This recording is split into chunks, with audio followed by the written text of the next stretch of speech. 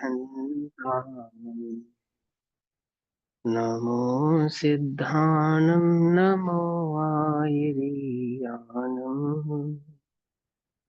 नमो वज्रायानं नमो लोये सवसानं।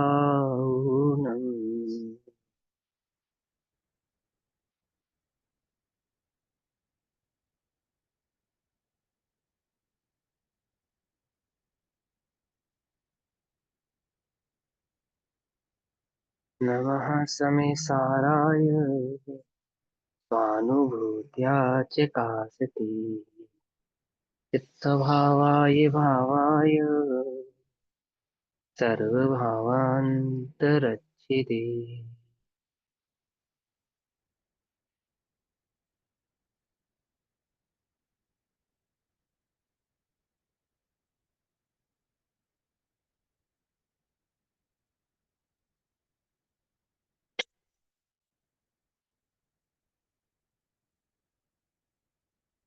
हमारी दोपहर कालीन कक्षा का विषय चल रहा है श्री समय सारजी ग्रंथ। श्री समय सारजी का स्वाध्याय हम सभी आचार्य अमृतचंद्र देव द्वारा रचित आत्मख्याति टीका के माध्यम से कर रहे हैं। आत्मख्याति टीका सर्वशुद्ध ज्ञान अधिकार, पेज नंबर 515 515, कलश नंबर 216 216।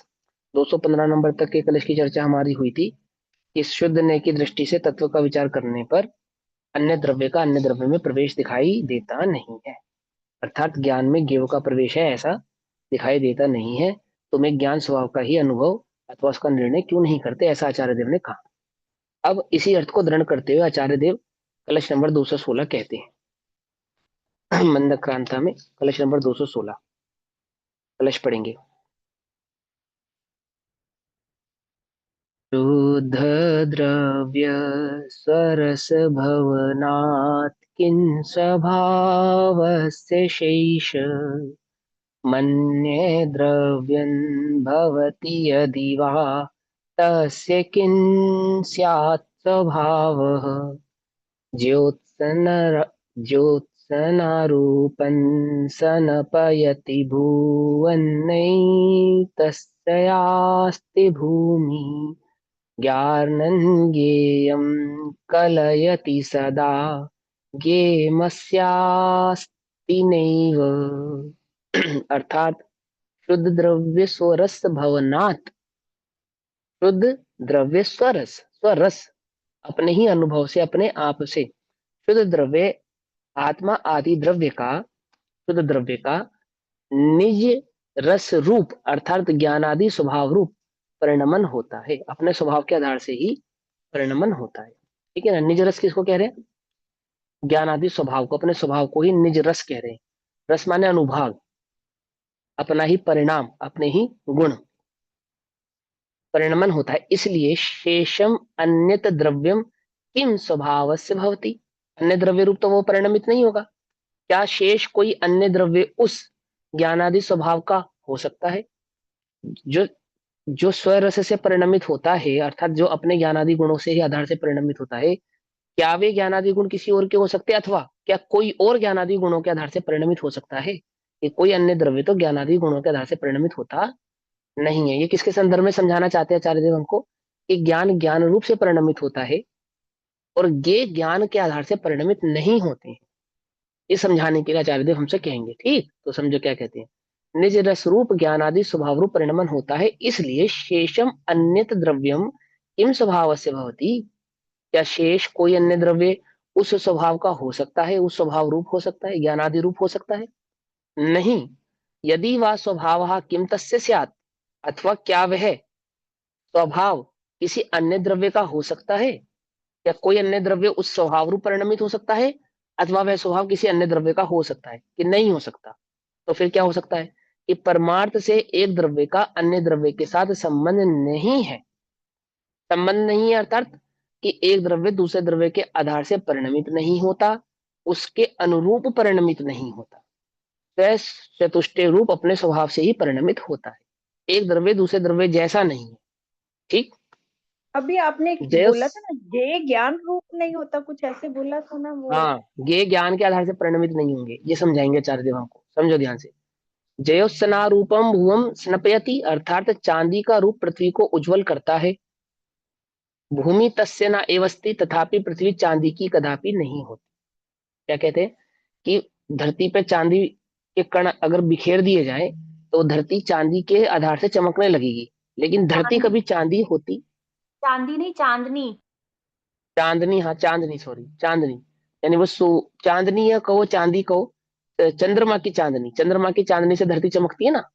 तो वो कहते हैं कि धरती जो चांदनी से चमकती है, क्या धरती चांद रूप या चांदनी रूप परिणमित हो जाती है? तो बोले धरती चांद या चांदनी रूप परिणमित नहीं होती। ज्ञानम ज्ञेयम सदा कलयति, इस प्रकार ज्ञान ज्ञेय को सदा जानता है। ज्ञान ज्ञेय को सदा जानता है। ज्ञेयम अस्य आस्ति नायव, तथापि ज्ञेय ज्ञान का कदापि नहीं होता। ठीक, कि चांदी चांदनी जो की प्रकाश, चांदनी का प्रकाश, पूर्णिमा की चांदनी का प्रकाश जब धरती पे पड़ता है तो धरती उस चांदनी के प्रकाश से चमकने लगती है। ठीक, चमकती हुई वह धरती, चमकना उस धरती का स्वभाव नहीं है। यदि वह चमकना उस धरती का स्वभाव हो तो चांदनी के नहीं होने पर भी, अर्थात अमावस्या आदि की रातों में भी उस चांदनी के भांति उस धरती को चमकना चाहिए जब अमावस्या वगैरह होती है ना। अब तो ऐसा नहीं होता। तो इससे हमें क्या समझ में आया? इससे हमें ये समझ में आया कि प्रकाश होना ये धरती का स्वभाव नहीं है। वो जो धरती पे चांदनी पड़ रही थी, वास्तव में वो चमक चांदनी की ही थी, धरती की नहीं थी। इसी प्रकार ज्ञेय ज्ञान का कदापि नहीं होता, अर्थात ज्ञेय ज्ञान के आधार से परिणमित होवे तो ऐसा नहीं है। ज्ञेय ज्ञेय रूप ही रहता है, ज्ञान ज्ञान रूप ही रहता है। ज्ञान ज्ञेय रूप नहीं होता और ज्ञेय कभी ज्ञान रूप नहीं होता। पकड़ में ही बात। ज्ञान हमेशा ज्ञान रूप से ही परिणमित होता रहता है। शुद्ध नय की दृष्टि से देखा जाए तो किसी द्रव्य का स्वभाव किसी अन्य द्रव्य रूप नहीं होता। जैसे चांदनी पृथ्वी को उज्जवल करती है, किंतु पृथ्वी चांदनी की किंचित मात्र भी नहीं होती। इसी प्रकार ज्ञान ज्ञेय को जानता है, परंतु ज्ञेय ज्ञान का किंचित मात्र भी नहीं होता। समझ में बात? आत्मा का ज्ञान स्वभाव है, इसलिए उसकी स्वच्छता में ज्ञेय स्वभाव स्वयं झलकता है, किंतु ज्ञान में उन ज्ञेयों का प्रवेश नहीं होता। बस प्रवेश नहीं होता का भाव आपको बस इतना इतना ही आपको समझ में आ जाना चाहिए कि ज्ञान का परिणमन ज्ञान रूप है, उसका परिणमन ज्ञेयों के आधार से बिल्कुल भी नहीं है, कदापि नहीं है। इसी को कहते हैं कि ज्ञान में ज्ञेयों का कोई संबंध, ज्ञान का ज्ञेयों से कोई संबंध नहीं, और संबंध है भी तो मात्र इतना ही संबंध है कि ज्ञान ज्ञेय का संबंध जानने भाव रूप मात्र है। उसको भी व्यवहार से कहा, क्यों कहा? क्योंकि ज्ञान और ज्ञेय ऐसा भेद कथन होने के कारण वो व्यवहार का कथन बनता है। पकड़ में ही बात है ना? ये हम पिछली कक्षाओं में अच्छे से समझ चुके हैं। अब आगे की गाथाओं का सूचक काव्य कहते हैं। ये बात समझ में आ गई? कोई कंफ्यूजन तो नहीं उसमें? सिंपल है। मैं ज्यादा इसलिए नहीं खींच रहा इसको कि पिछली कक्षा में बहुत अच्छे से हमने इस पर डिस्कशन किया है, उससे पिछली कक्षा में भी किया है, तो वो होच पोच ना हो आपको, तो मैं ज्यादा उसको खींचना नहीं चाह रहा। ठीक, चलो अब आगे की गाथाओं का सूचक काव्य कहते हैं। अब आगे की बात कहते हैं। ज्ञान के संबंध समझा दिया आचार्य देव ने। ज्ञान के संबंध समझाने के बाद अब आगे का बात आचार्य देव हमसे कहते हैं 217 नंबर की गाथा में। राग द्वेष द्वयमुदयते तावदे तन्न यावद् ज्ञानं ज्ञानं भवति न पुनर्बोध्यतां याति बोध्यं ज्ञानं ज्ञानं भवतु तदिदं न्यायकृता ज्ञान स्वभावन् भावा भावो भवति तिरयन् येन पुण्य स्वभावः। अर्थात तावत राग द्वेष दयम उदयते, तावत अर्थात तब तक, राग द्वेष का द्वंद तब तक उदय को प्राप्त होता है। कब तक प्राप्त होता है राग द्वेष का द्वंद चित्त में? यावत अर्थात जब तक, एतत् ज्ञानम ज्ञानम न भवति, अर्थात ज्ञान ज्ञान स्वरूप में स्थित ना हो जाए, या ज्ञान ज्ञान के आधार से परिणमित ना होने लगे। ज्ञान ज्ञान आधार से परिणमित ना होने लगे, अर्थात साधारण भाषा में कहें, जब तक जीव अपने ज्ञान स्वभाव को नहीं पहचानता, अपने ज्ञान स्वभाव का अनुभव नहीं करता, अपने ज्ञान स्वभाव में स्थिर नहीं होता, तब तक राग द्वेष के द्वंद का उदय रहता है। तो क्या कहते हैं? तावत राग द्वेष द्वयम उदयते, अर्थात राग द्वेष का द्वंद तब तक उदय में रहता है, अर्थात उदय को प्राप्त होता है जब तक, यावत जब तक, एतत् ज्ञानम ज्ञानम न भवति, कि जब तक यह ज्ञान ज्ञान रूप ना हो, यह ज्ञान ज्ञान रूप ना हो। समझाया था ना कल? ज्ञान में जो झलक रहा है वो ज्ञेय है। ज्ञान में झलकने वाले सभी ज्ञेय ज्ञान के ही बने हैं। दृष्टि किसकी कर रहे हैं, ज्ञान की कर रहे हैं, ज्ञेय की कर रहे हैं? समझे नहीं समझे? हमने ये तो कहा कि ज्ञान में झलकने वाले सभी ज्ञेय ज्ञान के हैं, लेकिन दृष्टि किसकी करते हैं? दृष्टि किसकी करते हैं? जैसे उदाहरण आता है शक्कर के खिलौने का, कि शक्कर से बने खिलौने में जब शक्कर की दृष्टि की जाएगी तो खिलौना नजर आएगा क्या? बोले खिलौना नजर नहीं आएगा। आपको खिलौना भी दिख रहा है और आप उसको शक्कर भी कह रहे हो, बोले ऐसी अनीति चाले नाही। क्या कहा? ये नहीं चलेगा। जब शक्कर दिखेगी तब मात्र शक्कर ही दिखेगी, खिलौना नहीं दिखेगा। ये तो प्रमाण का विषय है, दृष्टि का विषय नहीं। आप प्रमाण और दृष्टि के विषय में समझते हो? प्रमाण के विषय में तो शक्कर भी दिखेगी और खिलौना भी दिखेगा, लेकिन दृष्टि के विषय में या तो खिलौना दिखेगा या तो शक्कर दिखेगी।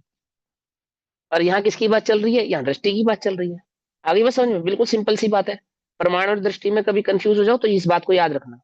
प्रमाण के विषय में क्या कहेंगे? दृष्टि के विषय में भी खिलौना नजर आएगा कि या तो खिलौना हाँ या फिर शक्कर के, दृष्टि के हाँ विषय में हाँ। मात्र शक्कर नजर आएगा। नहीं नहीं नहीं नहीं नहीं नहीं नहीं। दृष्टि के विषय में या तो खिलौना या तो शक्कर। अब अगर मात्र खिलौना दिख रहा है तो मिथ्या दृष्टि, और शक्कर दिख रही है तो सम्यक दृष्टि। क्या आई समझ में बात? ठीक है ना? ऐसे दृष्टि का विषय कहने का मतलब मात्र वहां सम्यक दृष्टि की बात नहीं है, वहां दर्शन की मुख्यता की बात है, श्रद्धान की मुख्यता की बात है। दृष्टि का विषय जब हम कहते हैं तो वहां श्रद्धान की मुख्यता से कथन कहते हैं। ऐसा प्रमाण के विषय में खिलौना और शक्कर दोनों ही ज्ञान का विषय है, लेकिन दृष्टि का विषय अर्थात अनुभव के विषय में या तो खिलौना रहेगा या तो शक्कर रहेगी। पकड़ में आएगी बात? नहीं पकड़ में आएगी? हमारे प्रमाण के विषय में ना तो वस्तु है ना वस्तु का स्वरूप है, यानी ना तो ज्ञान है और ना ही ज्ञेय है। प्रमाण के विषय में तो ज्ञान ज्ञेय को हम जानते ही नहीं, और दृष्टि के विषय में ज्ञेय को देखते हैं और उसे ज्ञान कहते हैं। क्या कहा? मिथ्या दृष्टि क्या करता है? देखता तो ज्ञेय है, कहता उसे ज्ञान है। ज्ञेय को ज्ञान कहने से ज्ञेय ज्ञान नहीं बन जाएंगे। ये लड्डू नहीं है, ये तो ज्ञान है। ये लड्डू मेरे ज्ञान में जो बना है ज्ञान का बना है। अब तुम्हें लड्डू दिख रहा है ना, ज्ञान कहाँ दिख रहा है? यदि तुम ज्ञान में लड्डू का भेद कर पा रहे हो तो तुम ज्ञान को नहीं पहचानते हो। यदि तुम ज्ञान में आमुक वस्तु का भेद कर पा रहे हो, किसी आमुक ज्ञेय का भेद कर पा रहे हो, कि मैं जिस वस्तु को देख रहा हूं, ये पेंसिल मेरे ज्ञान में, ये पेंसिल नहीं है, ये तो ज्ञान है। समझना ध्यान से। तो आप जिस ज्ञेय को ज्ञान संज्ञा दे रहे हो, भेद कर पा रहे हो ना, पेंसिल में ज्ञान का भेद कर पा रहे हो ना, इसका मतलब आप ज्ञेय को ही देख रहे हो, ज्ञान को नहीं देख रहे। क्योंकि जब ज्ञान सामान्य को देखा जाए तब पेंसिल ऐसा भेद उत्पन्न नहीं होता। पर्याय दृष्टि पज्जे उसमें क्या मूड़ा। कहते हैं फिर, उसमें क्या कहते हैं फिर? जैसे सपोज हमें ये इसमें पेंसिल, हमने पेंसिल को पहले हमने बोला ये तो मेरे ज्ञान का ही बना हुआ है ना? हाँ हाँ, तो फिर हम ये उसकी तो मेरे ज्ञान अपेक्षा का। क्या बोलेगी, सम्यक दृष्टि क्या बोलेगा? ज्ञान है ज्ञान। सुनो सुनो सुनो, अभी सुनो सुनो। सम्यक दृष्टि तो पेंसिल को पेंसिल ही बोलेगा, दृष्टि का विषय अनुभव का विषय ऐसा कुछ होता नहीं है। बोलेगा ये मेरे ज्ञान का हाँ हाँ विषय हाँ है, हाँ। मेरे है ना, नहीं ऐसा ऐसा कुछ नहीं, ये तो भेद वो तो नहीं है। मूर्ख होगा, वो तो मूर्ख बोलेगा। देखो मैं एक बात कहता हूँ, एक बात ध्यान से समझना, कि किसी सम्यक दृष्टि जीव को संसार में कोई ठगना चाहे तो ठग सकता है, परंतु संसार उसे ठग नहीं सकता। फिर बोलूं, सम्यक दृष्टि जीव को संसार में कोई ठगना चाहे तो ठग सकता है, परंतु संसार उसे ठग नहीं सकता। क्या समझ क्योंकि में आई बात? उसका समझ में? उसका अपनापन अपने में है, इसलिए उसे संसार ठग नहीं सकता। हाँ, और संसार में कोई उसे ठगना चाहे तो ठग सकता है। ठग सकता। अर्थात सम्यक दृष्टि कोई चोरी करना चाहे, किसी वस्तु में से लूटना चाहे, है ना, उसके साथ कोई दो के चार करना चाहे तो कर सकता है, क्योंकि जरूरी नहीं उसका क्षेम ज्ञान इतना मजबूत हो कि व्यापार आदि में कुछ को धोखा ना दे पाए, या व्यक्ति को सही व्यक्ति या गलत व्यक्ति की वो पहचान कर पाए। हो सकता है ऐसा ना कर पाए, वो किसी के धोखे में आ जाए, धोखा खा जाए। लेकिन पूरा संसार मिलकर भी क्या नहीं कर सकता? उसे ठग नहीं सकता। अर्थात संसार सुखरूप है ऐसा उसे भाषित नहीं होगा। अंतर है ना, फर्क समझ में है ना? ऐसे ही वो सम्यक दृष्टि क्या कहेगा? पेंसिल है पेंसिल कहेगा भैया, पेंसिल है पेंसिल ही कहेगा। ये वस्तु स्वरूप को निर्णय की बात है, अंतरंग में निर्णय की बात है, कि यदि तुम भेद विज्ञान के नाम पे ऐसा भेद विज्ञान कर रहे हो। कैसा भेद विज्ञान? ये ज्ञान है पेंसिल नहीं है, तो बोले ऐसा नहीं है भैया, ऐसा नहीं।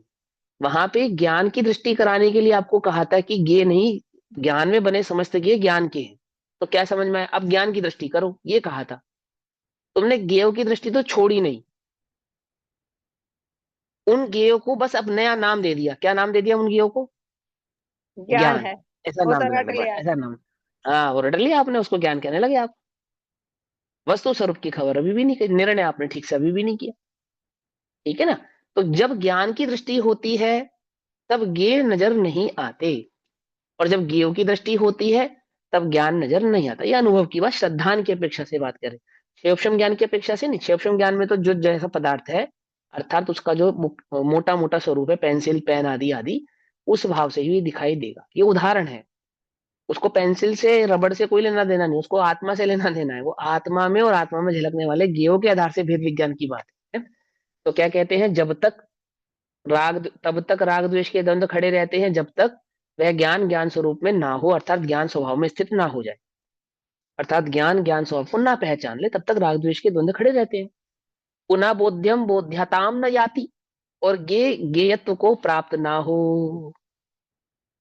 क्या कहा कि जब तक ज्ञान ज्ञान रूप ना हो और गेयत्व को प्राप्त ना हो। क्या मतलब है इसका? इन्होंने ऐसा तो नहीं कहा कि गे ज्ञान रूप हो जाए।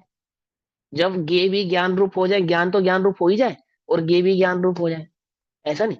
इसका मतलब यह है कि जब ज्ञेयों की दृष्टि तो छूट जाए और मात्र ज्ञान की दृष्टि रह जाए।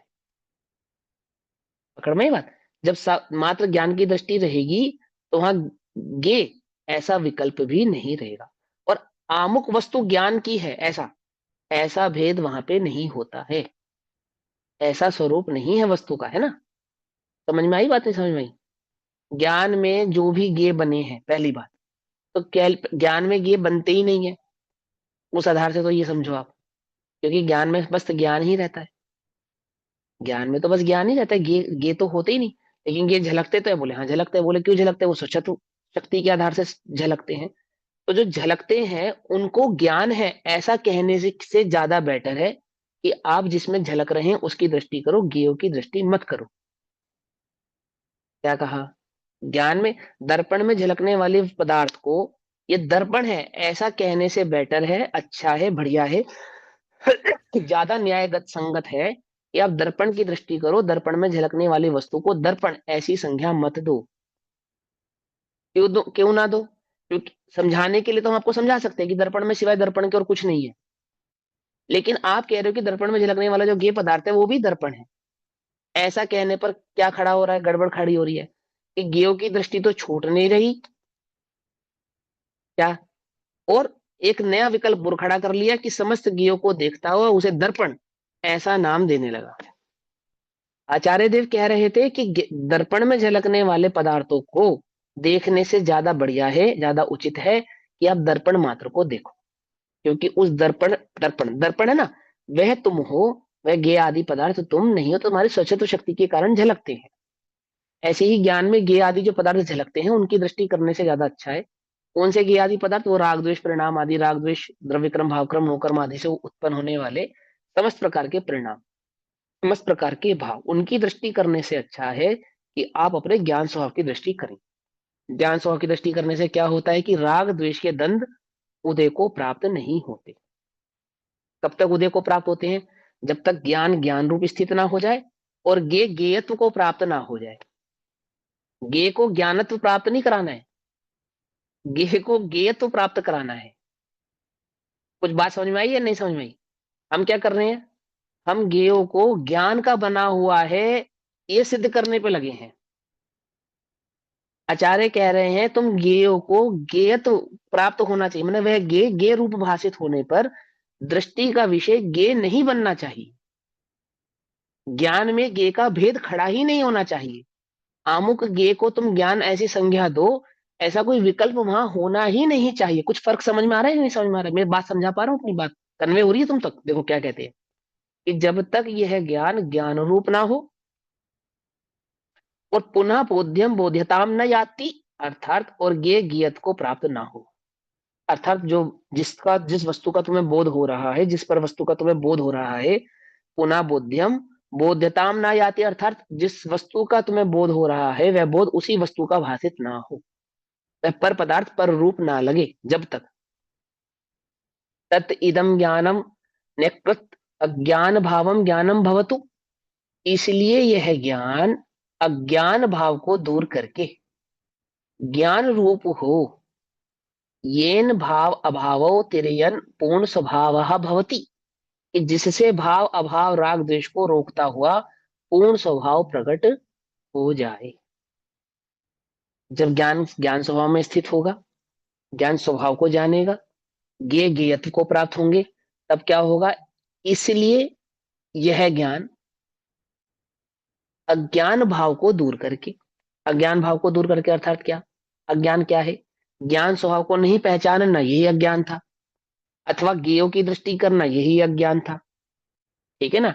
ये जो पर्याय कहना, ज्ञेय कहना, ये सब एकार्थवाची होते हैं, मालूम? अध्यात्म के अंदर जिसको ज्ञेय कहते हैं उसको ही पर्याय कहते हैं। आप कहते हो पज्जई मूढ़ा ही पर समया, तो आप ज्ञेय मूढ़ा ही पर समया भी कह सकते हो, कोई दिक्कत नहीं है। क्या कहा? एक ही बात है। जो जो पर्याय मूढ़ है वो ज्ञेय मूढ़ है, उसको ज्ञेय लुब्धता या पराशक्ति, ऐसे ऐसे शब्दों से, ऐसे ऐसे नामों से कहा जाता है। पर में आसक्ति, पराशक्ति, ये लुब्धता है ना। पंडित टोडरमल जी ने क्या कहा? झपट्टे मारता है, झपट्टे, है ना, ऐसा शब्द लिखा ना उन्होंने। और आचार्य उसको पज्जई मूढ़ा कह रहे, पर्याय मूढ़। ठीक, तो क्या कहते हैं? इसलिए यह ज्ञान अब अज्ञान भाव को दूर करके, अर्थात अपनी पर्याय दृष्टि को दूर करके, ज्ञेय दृष्टि को दूर करके, ज्ञेय लुब्धता को दूर करके, इन शॉर्ट ज्ञेयों की दृष्टि हटा के एक ज्ञान स्वभाव में अपने स्वभाव को स्थित करे, ज्ञान स्वभाव की दृष्टि करे, ज्ञान रूप हो, अभाव करके ज्ञान रूप हो, कि जिससे भाव अभाव राग द्वेष को रोकता हुआ यह हो और यह ना हो, ऐसी भावना को रोकता हुआ। भाव अभाव कहने का मतलब यहाँ पे क्या है? भाव, मैं चाहता हूं ऐसा हो, तो क्या हो? जिससे मुझे राग है वो हो, और जिससे मुझे द्वेष है वे ना हो। भाव और अभाव ऐसे दो प्रकार के परिणाम रहते ना हमें।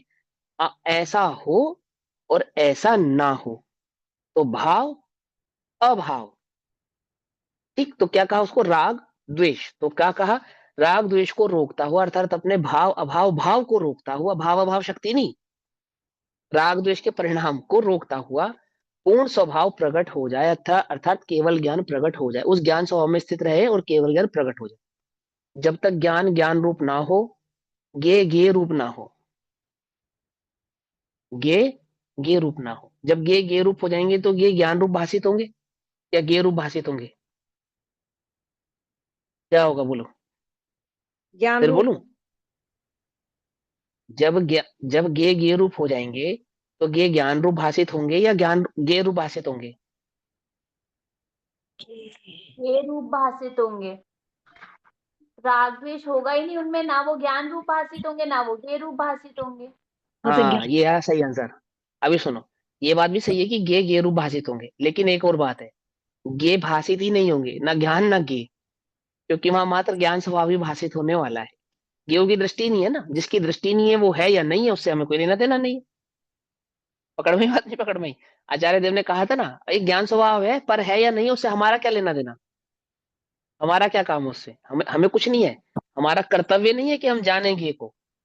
ज्ञेय स्वच्छत्व शक्ति के कारण ज्ञान का विषय ज्ञान में झलकने में आवे तो आवे, हम उसे जाने, ऐसा हमारा कोई उसके साथ अनुबंध हुआ नहीं है, कोई एग्रीमेंट नहीं है मेरा उसके साथ कि मुझे उसे जानना ही पड़ेगा। ये बात और है कि वो जानने में आए बिना रहेगा नहीं, परंतु मैं उसे जानूं, ऐसा ऐसा हमारा कोई एग्रीमेंट नहीं है।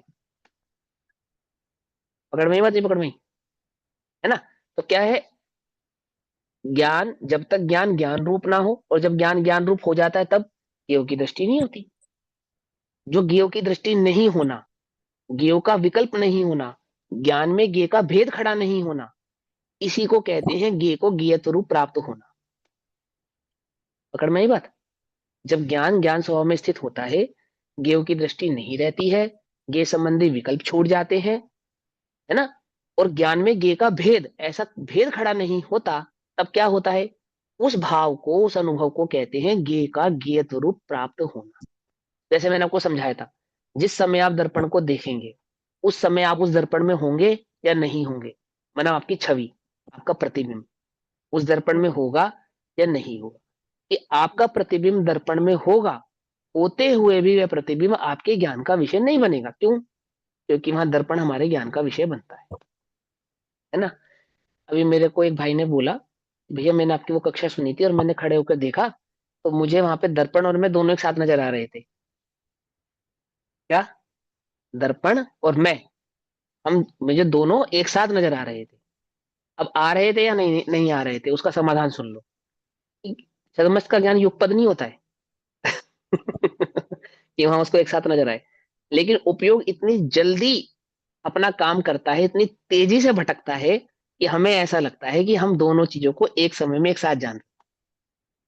परंतु एक समय में या तो दर्पण जानने में आता है या तो दर्पण की छवि जानने में आती है। दर्पण और दर्पण की छवि दोनों एक ही समय में जानने में आवे, ऐसे छद्मस के ज्ञान की योग्यता नहीं है।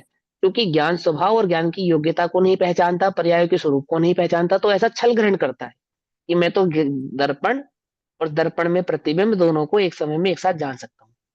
दूसरी बात, वो उदाहरण है, दर्पण नहीं देखना तुमको, ज्ञान स्वभाव को देखना है। जब ज्ञान स्वभाव को देखोगे तो वहां पे गे ऐसी दृष्टि विकल्प में खड़ी होती नहीं, है ना। ज्ञेय का विकल्प खड़ा नहीं होना, ज्ञेय की दृष्टि नहीं होना और ज्ञान में गे ऐसा भेद खड़ा नहीं होना, इसका नाम है ज्ञेय का ज्ञेयत्व को प्राप्त हो जाना। ठीक। तो क्या कहते हैं, ज्ञेय ज्ञेयत्व रूप ना हो, जब तक ज्ञान ज्ञान रूप नहीं होता और ज्ञेय ज्ञेय रूप नहीं होते तब तक राग द्वेष उत्पन्न होता है। इसलिए यह ज्ञान अज्ञान भाव को दूर करके, क्या अज्ञान भाव दूर करना है हमको, कि 216, 215, 214 नंबर के जो कलशों में आपको ज्ञान और ज्ञेय का स्वरूप समझाया है, उस ज्ञान ज्ञेय संबंधी अज्ञान को दूर करके, ठीक है ना।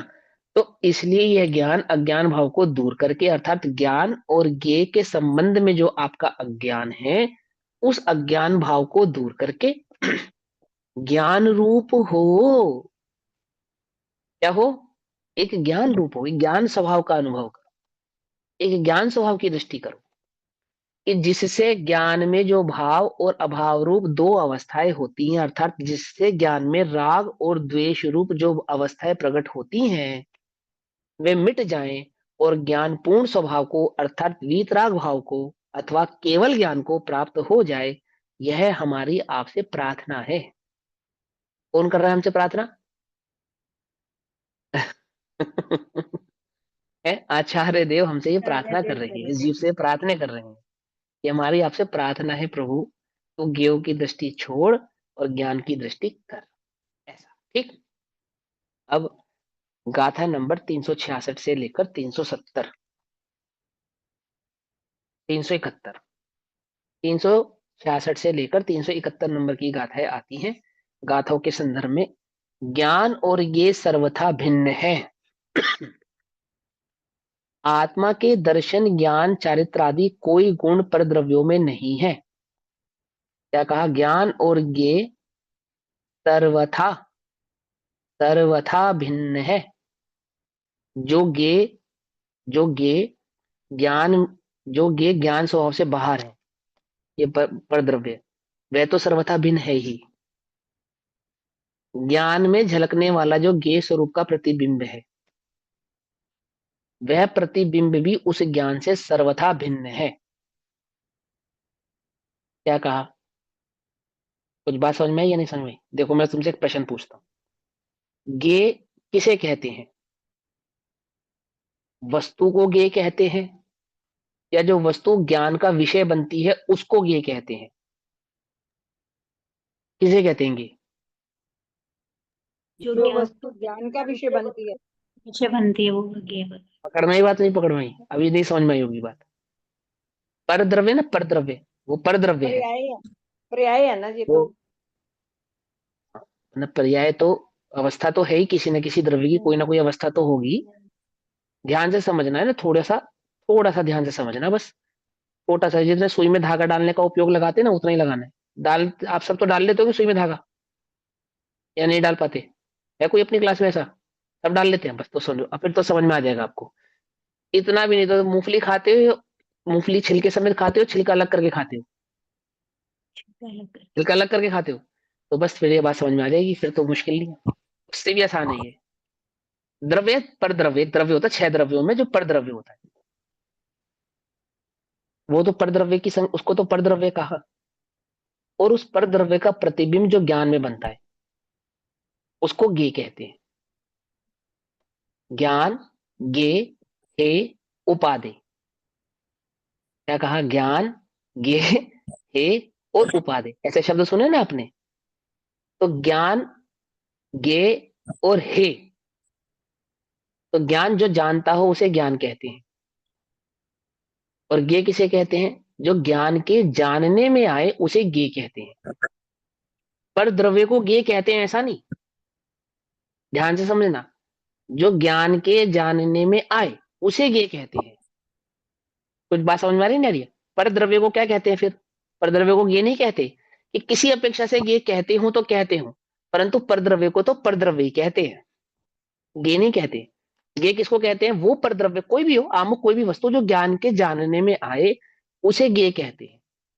इसी संधि के कारण, इसी संधि के कारण आचार्य देव कहते हैं कि ज्ञान में जब आत्मा अनुभव में आएगा तो अनुभव के काल में वह स्वयं आत्मा भी ज्ञेय ऐसा कहलाएगा।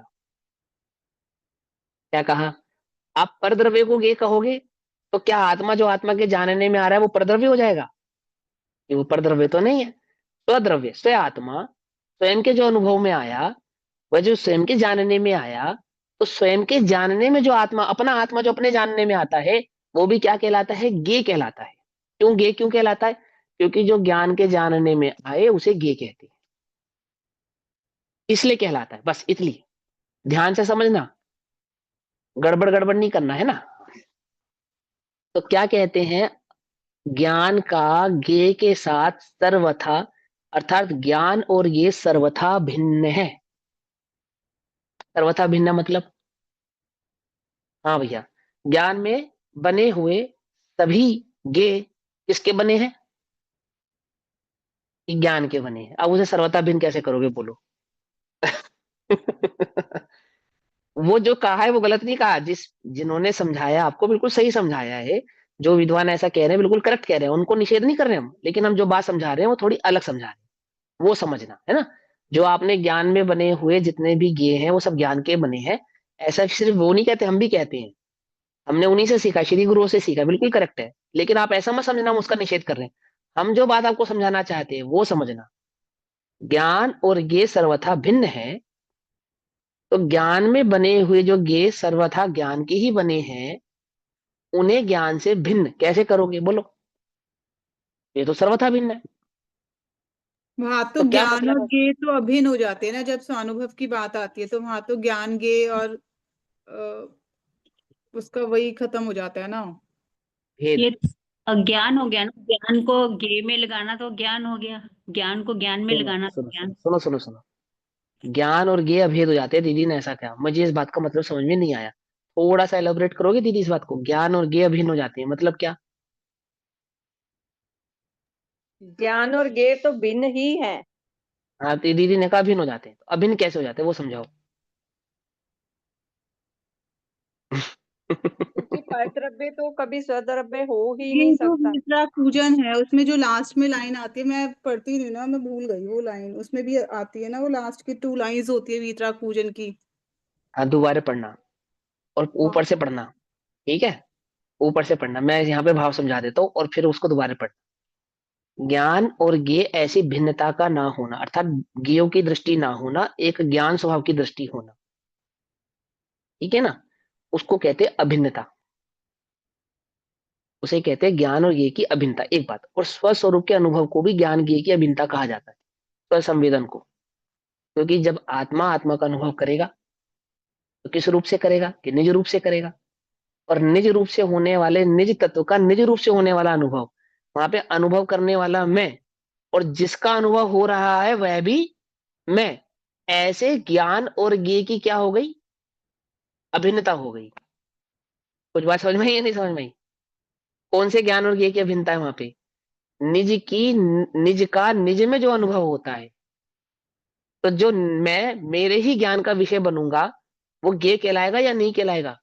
तो बिल्कुल ये कहलाएगा। जो ज्ञान के जानने में है वो सब ये है। अगर मेरे ज्ञान में मैं जानने में आ रहा हूं तो मैं भी ये हूं, लेकिन मेरे ज्ञान में मेरा अनुभव जो है वो ज्ञान और ज्ञ की क्या होगी, अभिन्नता होगी। क्यों अभिन्नता होगी? क्योंकि वहां पे ज्ञान और ज्ञ ऐसा भेद नहीं है, तो स्वभाव सन्मुखता है, स्वभाव की स्थिरता है, और दो द्वैत ऐसा भाव वहां पे नहीं है। ये छह ढाला में भी तो आया है, जहाँ ज्ञान हाँ, ज्ञाता गे को ये विकल्प सा न हाँ, बस जहाँ हाँ ज्ञान चिद ज्ञाता एक हो भाव जाता है। कर्म चिदेश करता ताना जी, चेतना वीतराग क्रिया। पूजन की लास्ट की 2 लाइंस क्या थी वो? हम्म वीतराग पूजन में लास्ट की 2 लाइंस क्या थी जयमाला के बाद? ज्ञान मेरा, माइंड से स्किप हो गया। यहाँ चलो यहाँ पे पानी आपने ये कहा है जानने वाला और जानने में आने वाला, ये दोनों एक है इसलिए अभिन्न है। अभिन्न है, वहां पे ज्ञान ज्ञ को अभिन्न कहा है। पकड़ में आ गई बात? कहाँ पे अभिन्न कहा ज्ञान और ज्ञ को? और यहाँ कहते हैं कि ज्ञान और ज्ञ सर्वथा भिन्न है। ठीक है ना? तो इस बात को ध्यान से समझना, बहुत ध्यान से, कि ज्ञ और ज्ञान, ज्ञान में बने हुए सभी ज्ञ ज्ञान के बने हैं। यदि ऐसा हम माने, ऐसा ही हम विचार करें और ऐसा ही दृष्टि करें, तो ज्ञान की ज्ञों से भिन्नता कैसे स्थापित करेंगे? सर्वथा भिन्न लिखा या तो, है ना? तो ज्ञान में बने हुए सभी ज्ञ ज्ञान के बने हैं, ये आपको इसलिए समझाया था कि ज्ञान स्वभाव की दृष्टि करो, ज्ञों की दृष्टि मत करो। ठीक है ना? और ज्ञान में ज्ञों का प्रवेश नहीं होता, ज्ञान ज्ञों से प्रभावित नहीं होता, और ज्ञ कृत अशुद्धता ज्ञान में नहीं आती। इन तीनों का मतलब है कि ज्ञान में बने हुए सभी ज्ञ ज्ञान के बने हुए। क्या कहा? इसका क्या मतलब है? आई बात समझ में नहीं आई? जैसे देखो सुनो, एक बच्चा देर रात से पिक्चर देख कर आया, और माँ ने कहा, उसने घंटी बजाई, तो मम्मी ने दरवाजा नहीं खोला, पूछा कहाँ से आया है, कि मैं पिक्चर देख के आया हूँ, 1:30 बज रहा है।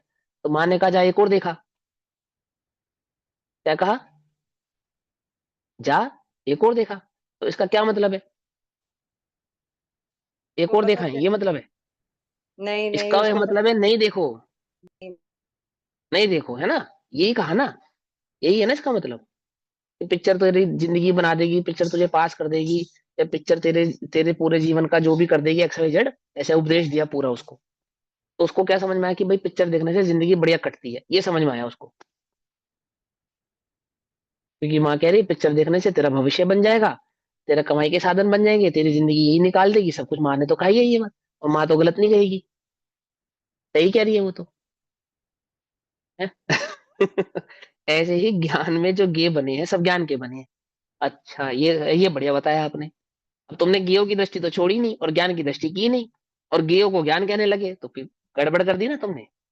हमने तुमसे कहा था ज्ञान में ज्ञकृत अशुद्धता नहीं आती, इसलिए ज्ञाक्रांत ज्ञान, जो ज्ञाक्रांत हुआ है मिथ्या दृष्टि जीव का, जो ज्ञान ज्ञाक्रांत हो रहा है, ये मेरे जानने में क्यों आ रहे हैं, ये मेरे जानने में क्यों आ रहे हैं, ऐसे विकल्प मेरे जानने में क्यों आते हैं, मैं नहीं जानना चाहता। ऐसी जो ज्ञाक्रांतता थी, इस ज्ञाक्रांतता को मिटाने के लिए, छुड़ाने के लिए आपसे कहा था। क्या कहा था? कि ज्ञान में ज्ञकृत अशुद्धता नहीं होती, अर्थात ज्ञान में बने हुए सभी ज्ञ ज्ञान के ही बने। अब आपने क्या करा? उन ज्ञों से मैत्री कर ली। करना था तो वीतराग भाव। पहले तो था आपका उनसे द्वेष, अब हो गया आपका उनके साथ राग। क्या कहा? कुछ बात समझ में नहीं है? है ना? पहले हम भूतों से डरते थे, फिर हमने भूतों से दोस्ती कर ली। भूत नहीं होते इस विकल्प पे नहीं पहुंचे। कुछ बात समझ में ही नहीं आई? पहले हम भूतों से डरते थे, फिर हमने भूतों से दोस्ती कर ली, लेकिन भूत तो खड़े ही रहे ना। पहले द्वेष के रूप में खड़े थे, अब मित्र के रूप में खड़े हैं। पर भूत नहीं होते इस विकल्प का क्या होगा बोलो? भूत का भय मिटाना था, तो भूत का भय मिटाना था कि भूत मिटाना था? भूत से दोस्ती करानी थी, ये नहीं काम कराना था।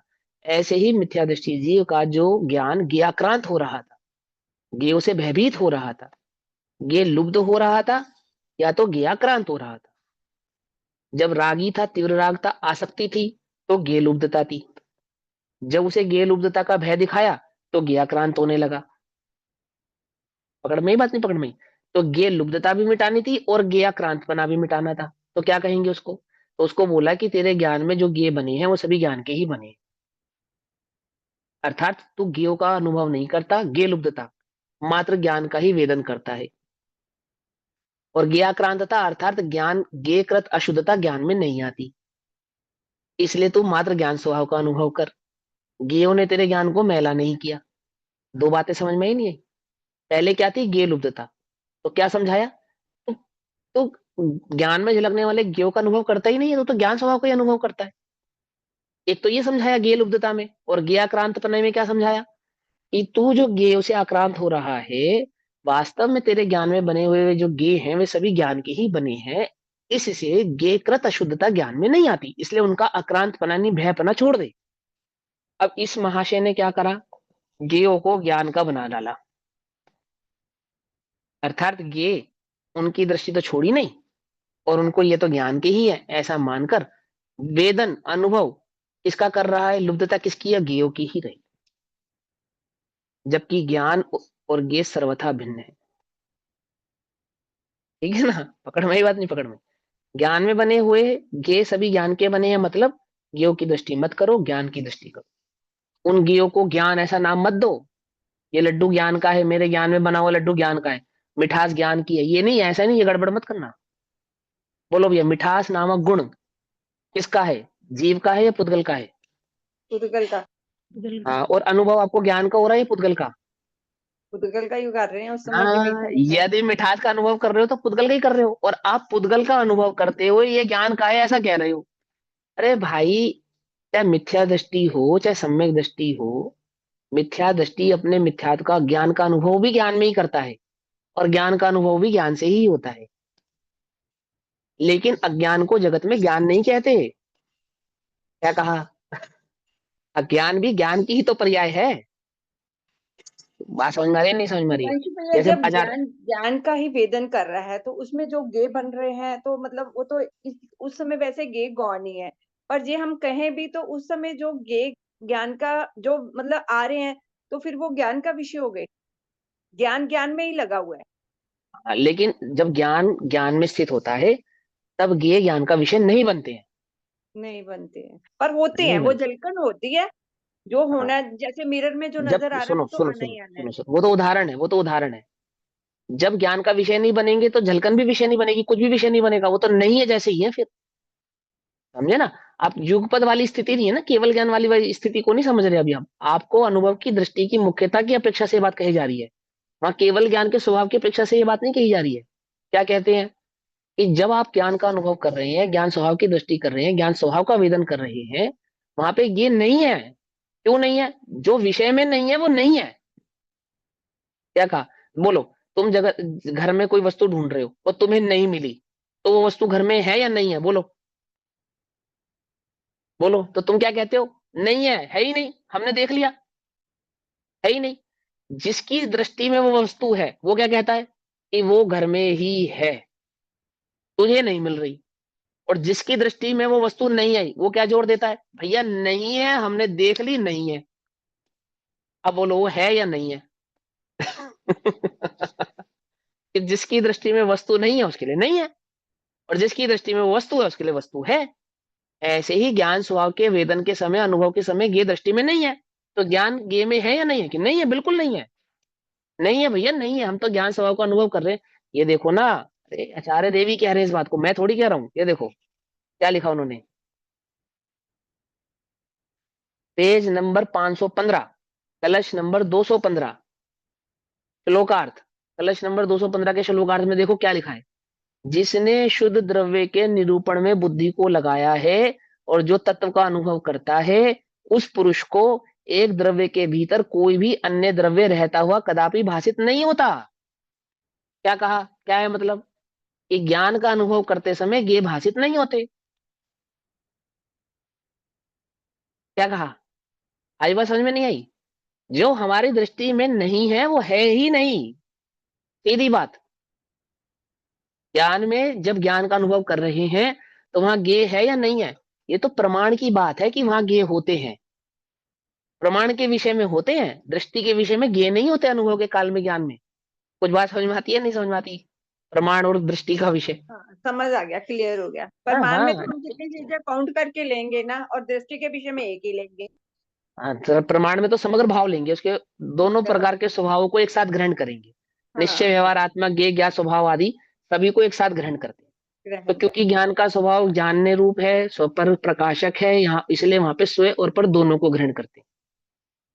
लेकिन दृष्टि के विषय में ज्ञान को स्व प्रकाशक मात्र सिद्ध करेंगे, पर प्रकाशक तो सिद्ध ही नहीं करेंगे, क्योंकि पर से हमें कोई लेना देना नहीं है ना, हमारा कोई उससे औचित्य नहीं है। और ये दृश्यादवाद है। दृष्टि का विषय सम्यक कब कहलाता है? जब ज्ञान में प्रमाण का विषय भली प्रकार से ज्ञात हो, तब कहलाता है। जब ज्ञान में प्रमाण का विषय भली प्रकार से ज्ञात ही ना हो, तब दृष्टि का विषय जो एकांत सम्यक है वो मिथ्यात्व ही कहलाता है, सम्यक एकांत नहीं कहलाता है। और बात समझ में आई नहीं? प्रमाण के विषयों के साथ जो सम्यक एकांत है वो सम्यक एकांत सही सम्यक एकांत कहलाएगा। मैंने उसका नाम सम्यक एकांत तब है क्योंकि ज्ञान प्रमाण के विषय को भली प्रकार से समझ चुका है।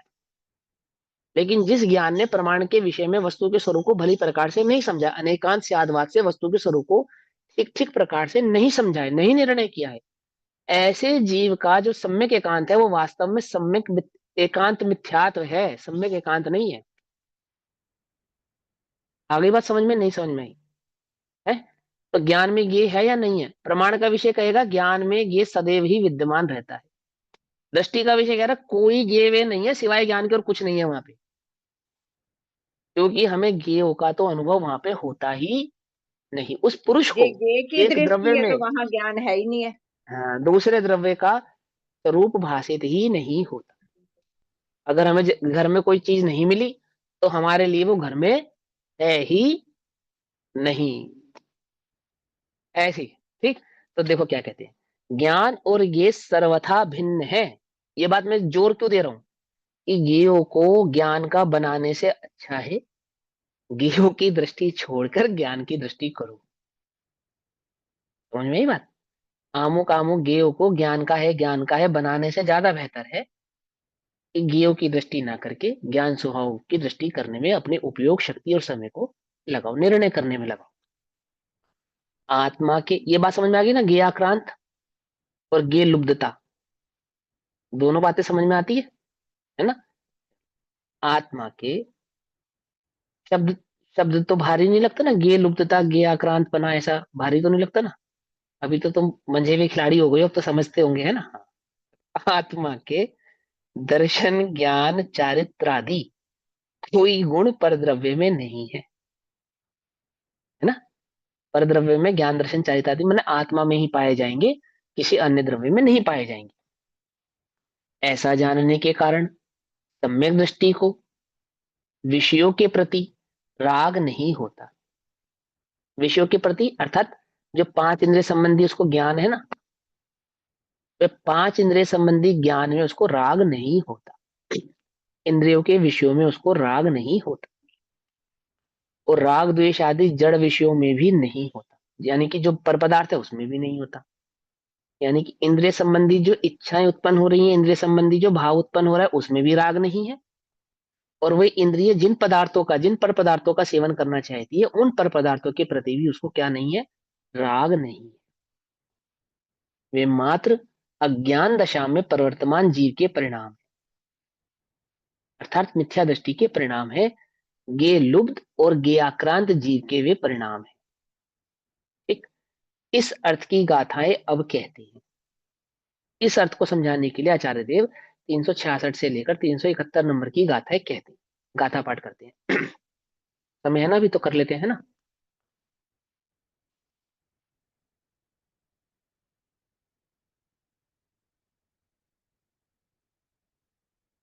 दो स्टूडेंट गायब है हमारी कक्षा में से आज, है? चलो। घूम रहे होंगे कहीं इधर उधर।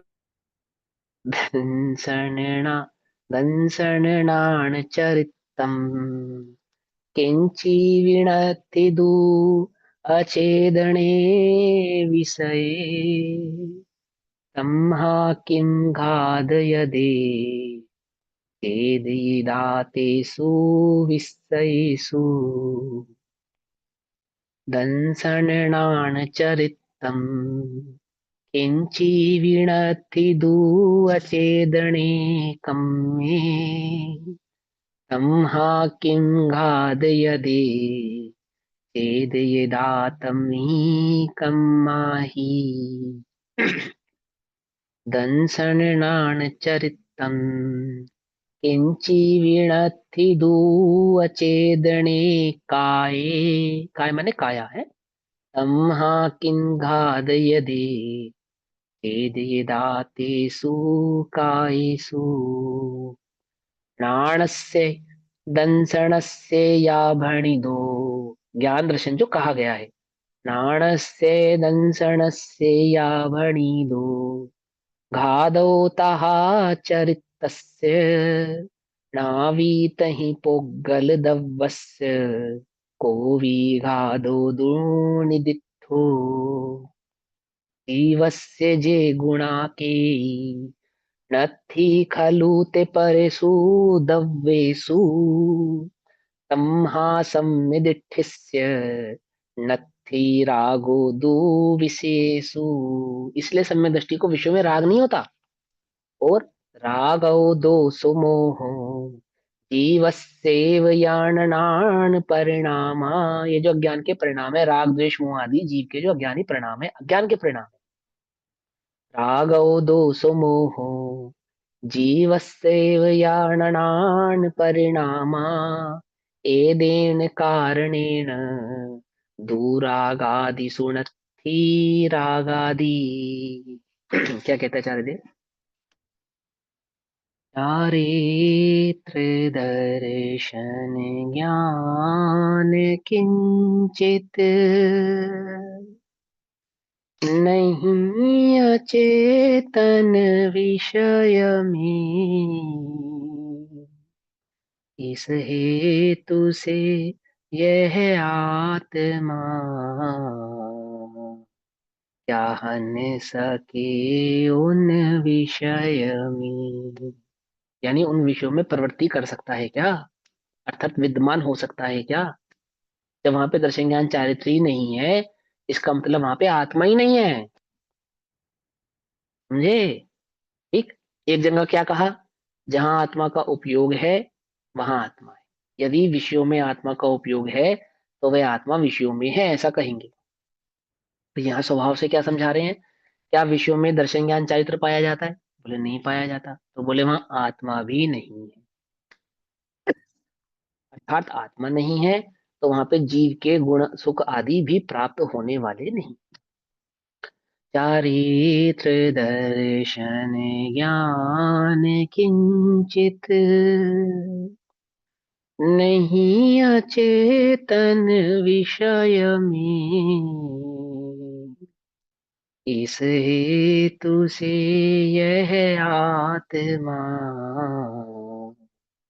जान सके उन विषय में, उनका घात कर सकता है क्या, उनको ग्रहण कर सकता है क्या आदि। चारित्र दर्शन ज्ञान किंचित नहीं अचेतन कर्म में, इस हेतु से यह आत्मा क्या हन सके उन कर्म में। चारित्र दर्शन ज्ञान किंचित नहीं अचेतन काय में, इस हेतु से यह आत्मा जान सके उन काय में।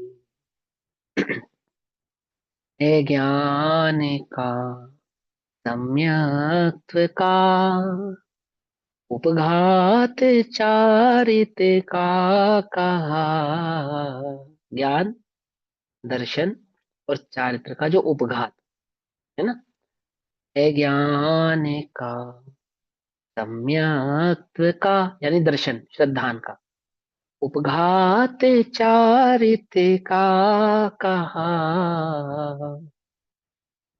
वहां और कुछ भी नहीं कहा उपघात पुद्गल द्रव्य का। क्या समझे? कर्म का उपघात, विषयों का उपघात, है ना, और काया का जो उपघात है वो कोई आत्मा का उपघात नहीं कहा है, वो तो सीधा सीधा पुद्गल का उपघात है, ऐसा कहा है। हम्म? जो जीव के गुण है नियत, नियत ध्रुव, सदा, एक, ऑलवेज, ध्रुव अचल, जो जीव के गुण है नियत, वे कोई नहीं पर द्रव्य में, इस हेतु से सददृष्टि जीव को राग नहीं है विषय में। विषय में अर्थात विषय, कर्म और देह तीनों। अनुराग द्वेष विमोह तो जीव के अनन्य परिणाम है, इस हेतु से शब्दादि विषयों में नहीं रागादि है। अर्थात जो बाहर पदार्थ है ना, परद्रव्य आदि हैं, शब्द आदि, स्पर्श रस गंध वर्ण आदि जो हैं बाहरी पदार्थ है, उनमें कोई राग आदि नहीं है।